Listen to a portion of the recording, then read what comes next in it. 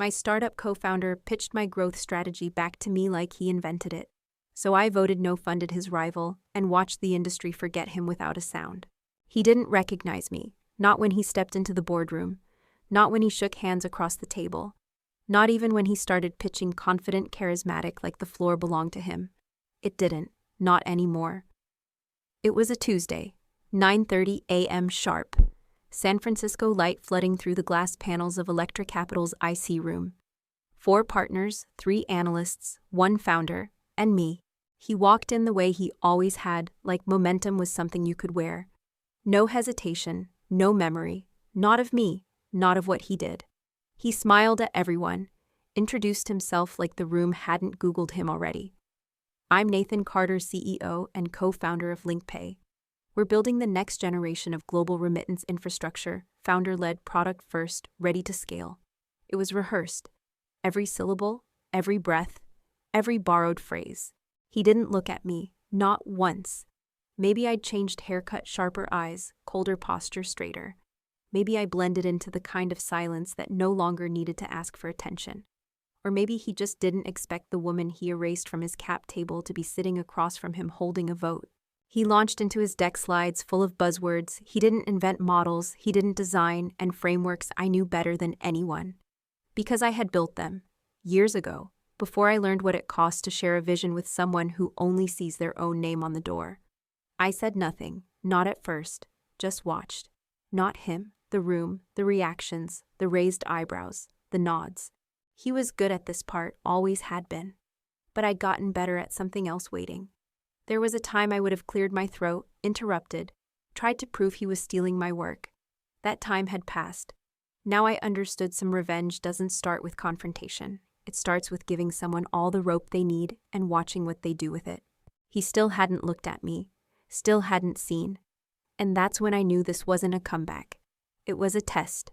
For him, for me. For the version of myself that once believed he was worth following.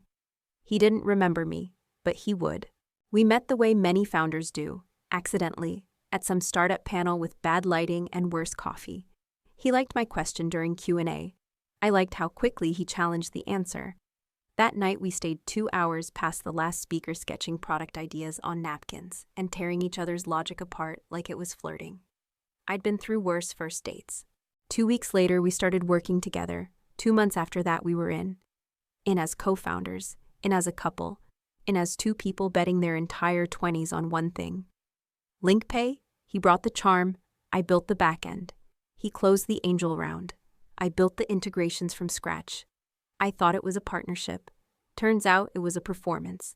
Back then I still believed in shared credit, in we, in all the late-night ramen and code pushes and walk-home arguments that end in ideas. I didn't see it right away. Not when the press started quoting only him. Not when VCs asked for the CEO and meant him by default. Not even when he started calling me his technical co-founder instead of just co-founder. The first red flag wasn't loud. It was the absence of something small. A question at our first investor dinner. A partner asked how we planned to reduce CAC over 12 months. Nathan said, "That's Julia's magic. She's the brain behind all that." He smiled. Everyone laughed. But he never let me answer. He just kept going, praising my work while pocketing the mic. We started writing a new growth strategy a few weeks later.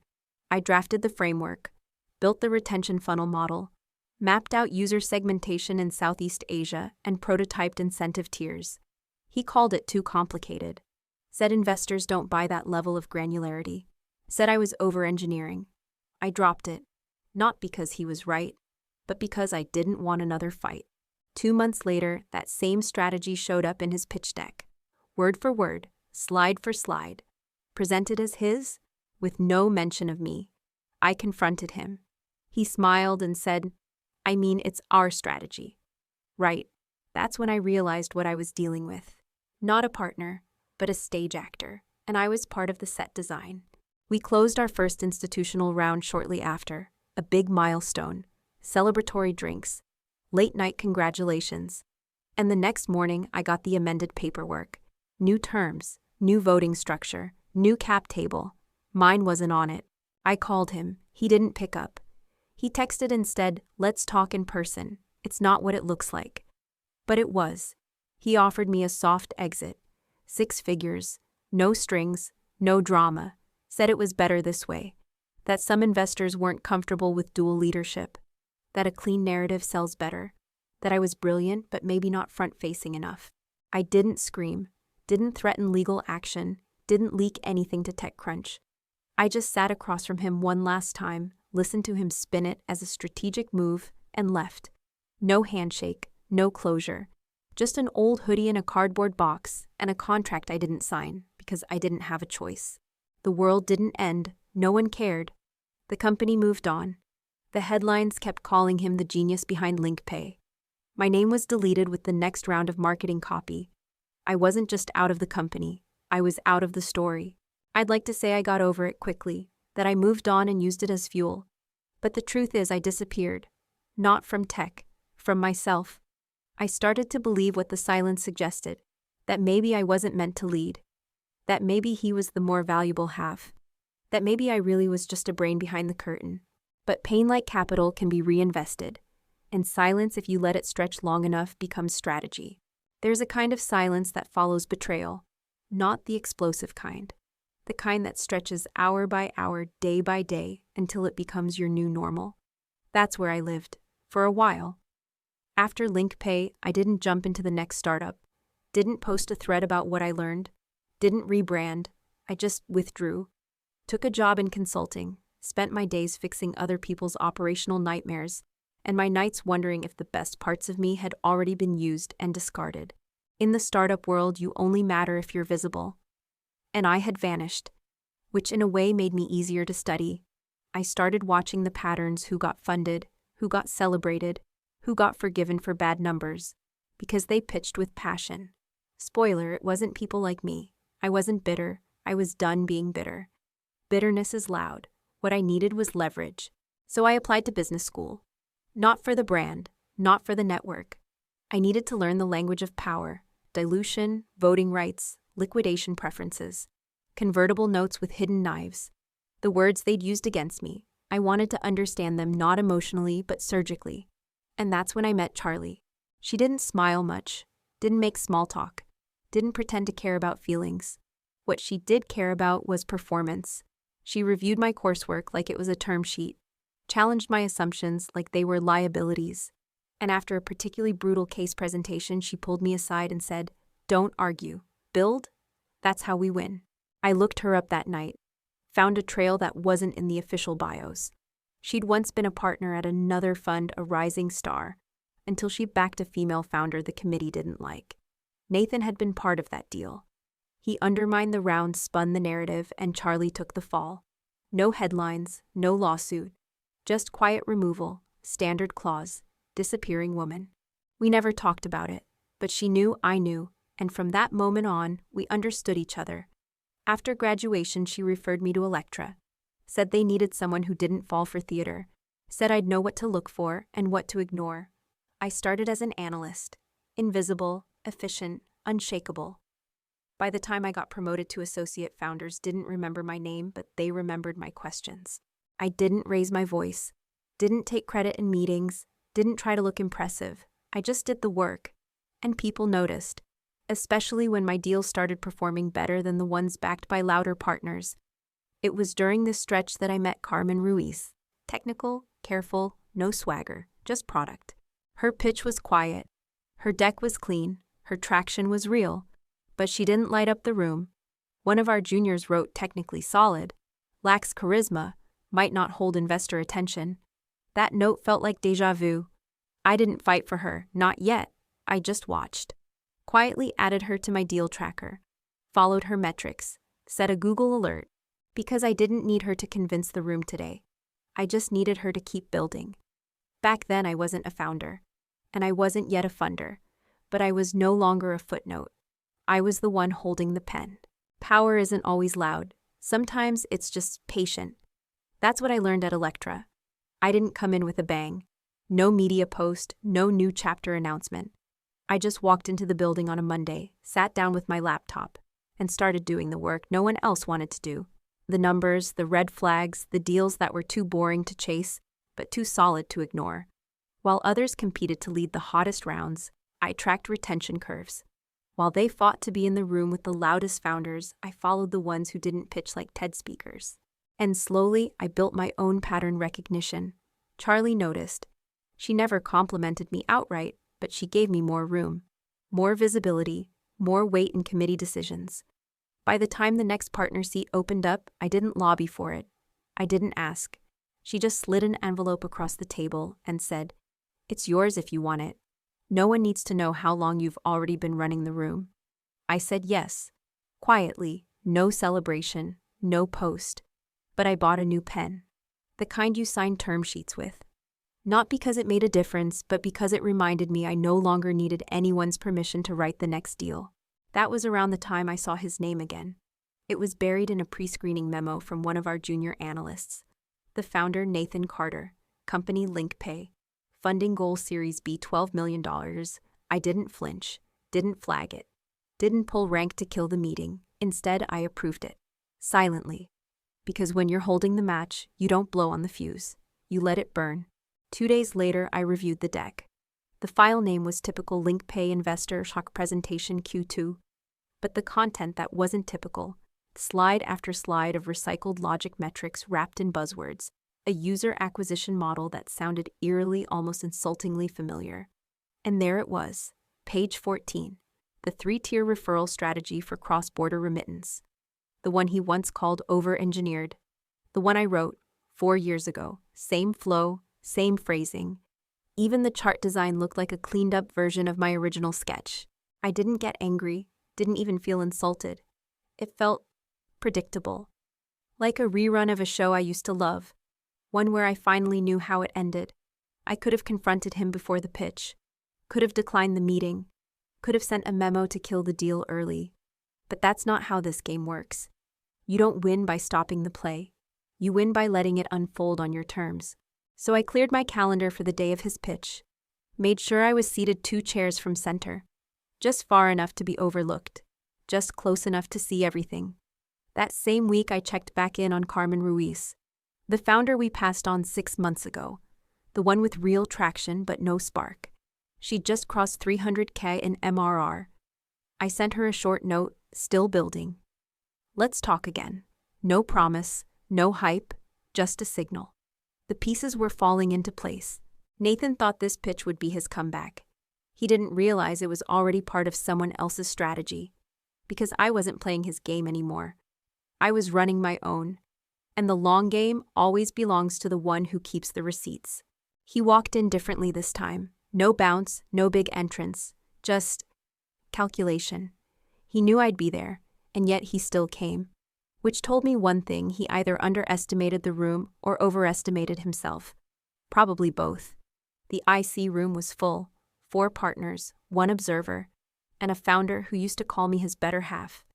He sat across the table, not directly opposite, that would have felt too confrontational. He chose the seat diagonally, just enough distance to pretend this was business as usual. It wasn't. His new CTO was with him. A woman this time, young, smart, sharp-eyed, silent. She didn't say a word during the pitch, just clicked through slides and nodded when cued. I looked at her and saw a younger version of myself, the technical co-founder in the background, carrying the product but not the power. He was still doing it. Still casting. He hadn't evolved. He'd just replaced the props. He started the pitch like a monologue. Since our last round, LinkPay has doubled revenue, optimized burn, and unlocked organic growth in Southeast Asia via a performance-led referral model. I didn't blink. Didn't write. Didn't move. He kept going. Slide 14. The one I'd been waiting for. The strategy I'd built by hand, dismissed by him, and now watching him deliver as if it had always been his. 3 tiers. Regional segmentation. Incentivized remittance flows tied to retention brackets. Exactly the model he once told me was too academic for VCs. The same model that helped get him to this room, to this round, to this ask $12 million. He paused, looked around for approval.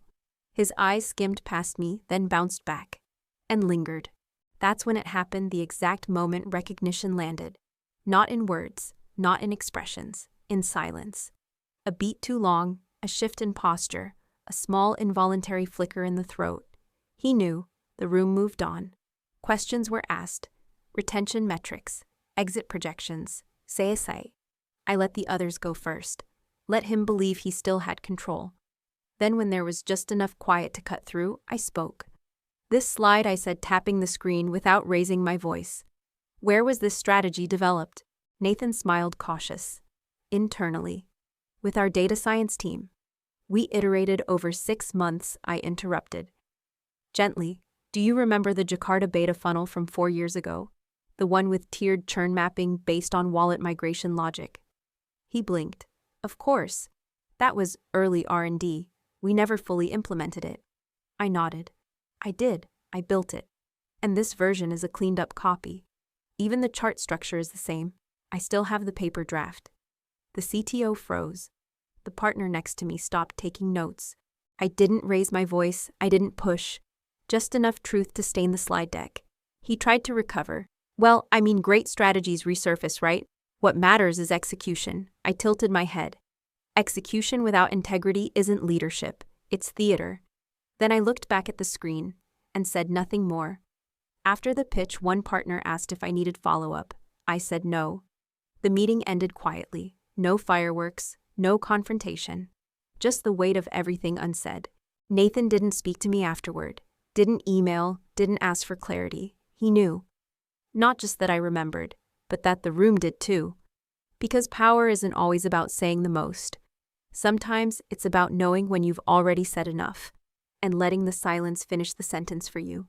Electra doesn't do drama. We don't argue in the room. We write memos, we vote. And when a deal dies, it dies quietly. 2 days after the pitch, the IC met privately. No founders, no decks, just numbers. And judgment. Daniel, another partner, was leaning. "Yes. He's confident, seasoned, and backable. The market clearly responds to him. We've funded worse, and he's grown from the last cycle." I listened. And then I opened my folder. Inside was a printed PDF, dated 4 years earlier, titled Cross-Border Growth Logic, Southeast Asia. My name in the footer. My handwriting scanned in on page 6. "This strategy was submitted to LinkPay's Series A advisory doc," I said.